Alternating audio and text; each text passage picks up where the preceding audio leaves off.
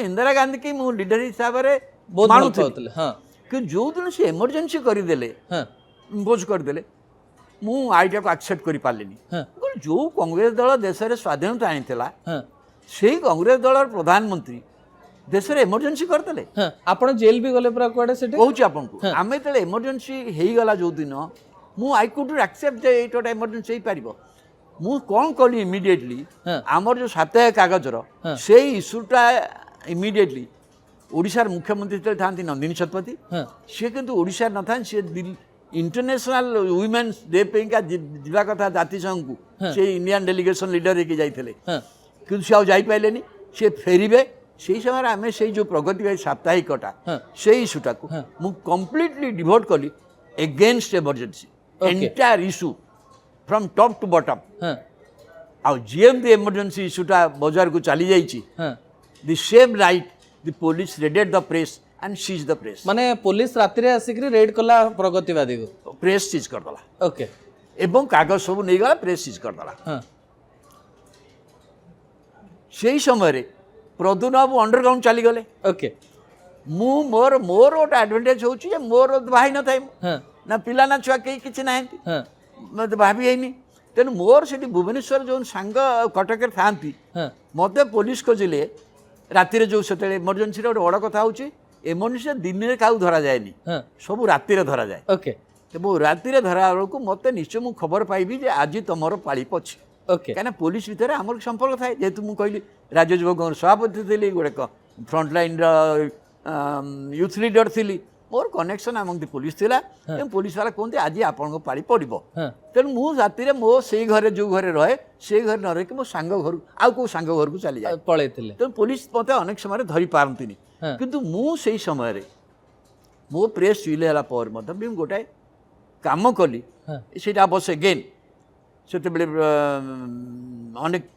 Even Surendra Dwivedi मत कहते कर बोली बनवाड़ी पट्टनायक थिले कहले कर बोली गोटे प्राचीर पत्र बोली गोटे अंडरग्राउंड पेपर हाँ। एगेन्स्ट इमरजेंसी आम कलु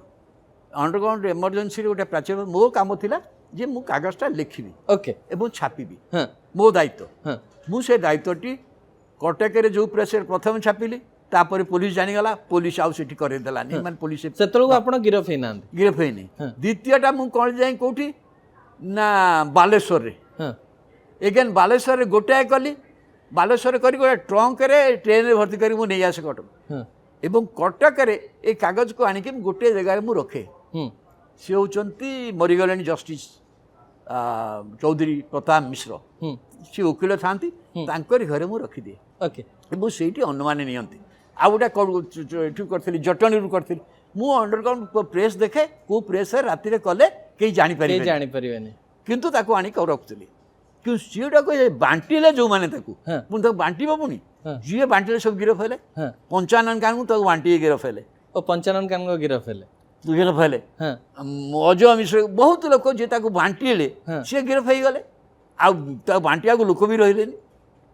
आ मु जहाँ घरे रखुली सी जाइले घरे रोचे बोली धीरे धीरे पुलिस जाइला क्या लोग तेणु सीटा टिके बंद होगा 4-5टा इश्यू पर आउ सीटा आते पैसा भी दरकार हाँ। क्या आप एत जगह छापे बालेश्वर छापे ये छापे किसी पैसा भी दरकार से पैसा भी आम पार ना ओके किंतु ये सब बंद हो गला पर हाँ। मो मन गोटे बुद्धि जुटिला हाँ से बुद्धिटी हूँ से इंदिरा गांधी गोटे आरंभ करता 20 पॉइंट प्रोग्राम थाए हाँ आ गोटे 5 पॉइंट प्रोग्राम थाए ओके संजय गांधी हाँ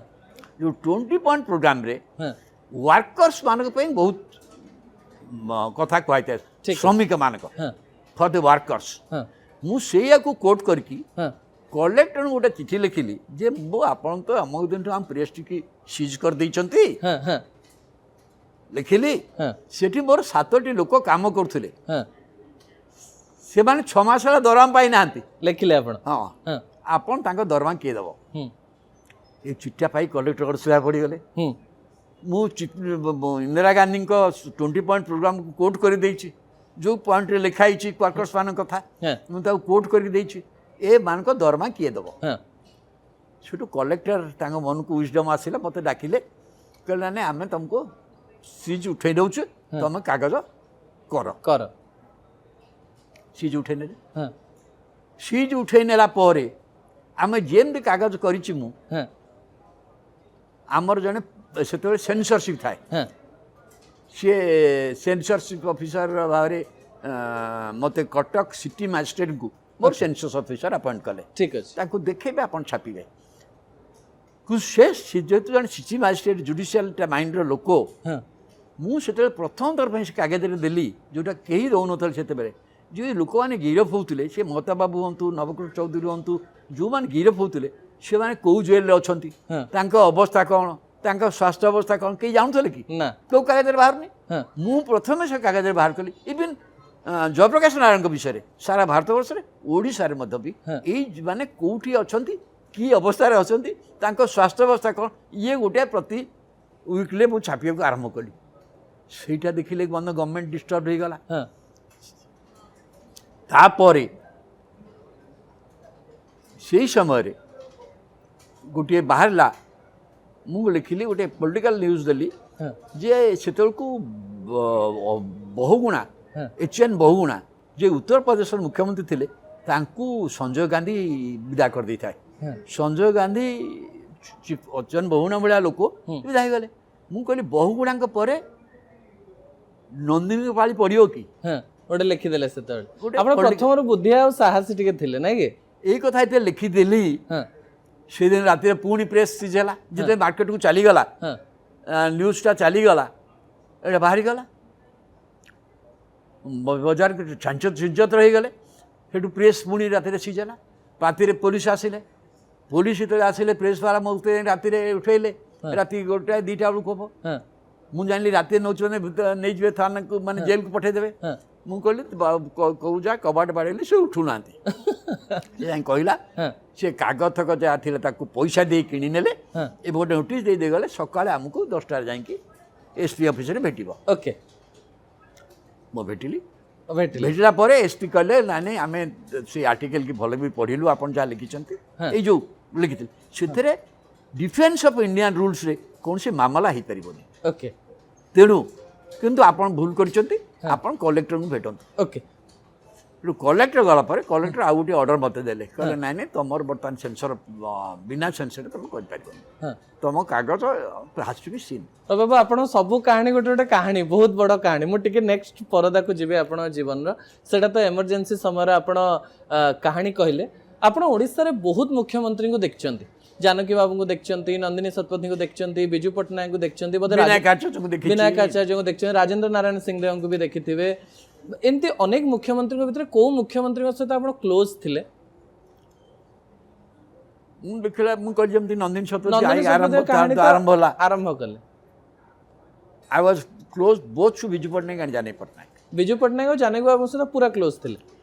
କାରଣ ବିଜୁ ପଟ୍ଟନାୟକ ଆଉ ଜାନକୀ ପଟ୍ଟନାୟକ କ୍ଲୋଜ୍ ହେବାର କାରଣ ମୁଁ କହିଲି ମୁଁ ତ କଂଗ୍ରେସରେ ମିଶିଲି ଯେତେବେଳେ ହଁ ସେତେବେଳେ ବିଜୁ ପଟ୍ଟନାୟକ କଂଗ୍ରେସରେ ଥିଲେ Okay. ପ୍ରଥମ ଅବସ୍ଥାରେ ତାପରେ ସିନା ବିଭାଜନ ହେଲା ହୁଁ ମୁଁ ବିଜୁ ପଟ୍ଟନାୟକ ଘରେ ହିଁ କଂଗ୍ରେସ ପାର୍ଟିରେ ମିଶିଥିଲି ଓ ବିଜୁ ପଟ୍ଟନାୟକ ଘରେ ଆନନ୍ଦଭବନ କଟକ ଆନନ୍ଦଭବନ ଓକେ ସେ ଗୋଟେ କାହାଣୀ ସେ କାହିଁକି ଡାକିଥିଲେ ଛାତ୍ର ନେତାମାନଙ୍କୁ ହଁ। ମୁଁ ଛାତ୍ର ନେତା ହିସାବରେ ଯାଇଥିଲି ଏବଂ ସେଇଠି ପ୍ରଥମେ ତାଙ୍କ ହାତରେ କଂଗ୍ରେସ ଏବଂ ତାଙ୍କ ମିଟିଂ ପାଇଁ ଆୟୋଜନ କରିଥିଲି ଏବଂ ସେଇଟା ପ୍ରଥମ ତାଙ୍କ ହାତରେ ତାପରେ ଜାନକୀ ବାବୁଙ୍କ ସାଙ୍ଗରେ ଜାନକୀ ବାବୁ ମୁଁ ତ ୟୁଥ୍ କଂଗ୍ରେସ ପ୍ରେସିଡେଣ୍ଟ ଥିଲି ହୁଁ ଆମେ ଗୋଟେ ଷ୍ଟଡି ସାର୍କଲ୍ ବରାବର କରୁ ହୁଁ କଟକରେ ହଁ। ଆମ ଷ୍ଟଡି ସାର୍କଲ୍ରେ ଆମେ ଯେଉଁ ଗେଷ୍ଟ ଡାକୁ ଆଲୋଚନା ପାଇଁକା ଆମେ ଜାନକୀଙ୍କୁ ଅଧିକାଂଶ ସମୟ ଡାକୁ କାରଣ ଜାନକୀ ସେତେବେଳେ ହୁଁ ଯେମିତି ଆପଣ ଓଡ଼ିଶାର ଗୋଟେ ଇଣ୍ଟେଲେକ୍ଚୁଆଲ ପର୍ସନ ସେ ପ୍ରଜାତନ୍ତ୍ର ଇଷ୍ଟର୍ଣ୍ଣ ଟାଇମ୍ସର ଏଡିଟର ଥିଲେ ହଁ ସେଇ ସାର୍ ତାଙ୍କୁ ଡାକୁ ଆମେ ଭାବୁ କେହି ତ ଜଣେ ବୁଦ୍ଧିଜୀବୀ ଯିଏକି କହିପାରିବେ କୌଣସି ବିଷୟରେ କହିପାରିବେ ହଁ ତ ତାଙ୍କୁ ଡାକୁ ସେଇ ସାର୍ ବି ରିଲେସନ୍ ଥିଲା